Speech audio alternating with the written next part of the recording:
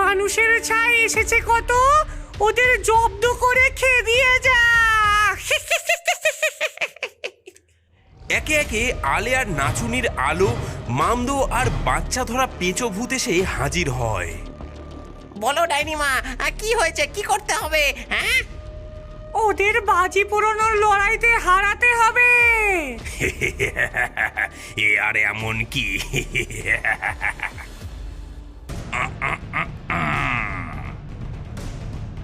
মামদো ভূতের একটা ঠ্যাং, পিটিয়ায় ছানাপোনার গ্যাং।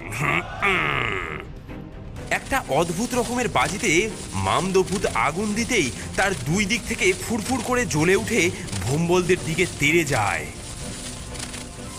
ওরে বুড়ি বুড়ি, এই নাও রকেট বাজির দৌড় দেখো এবার। ভোম্বল বোতলে রাখা রকেটে আগুন দিতেই সেটা মামদোর পেছনে গিয়ে খোঁচা মারে। ওরে বাবারে, পেছনটা পুরো জ্বালিয়ে দিল রে।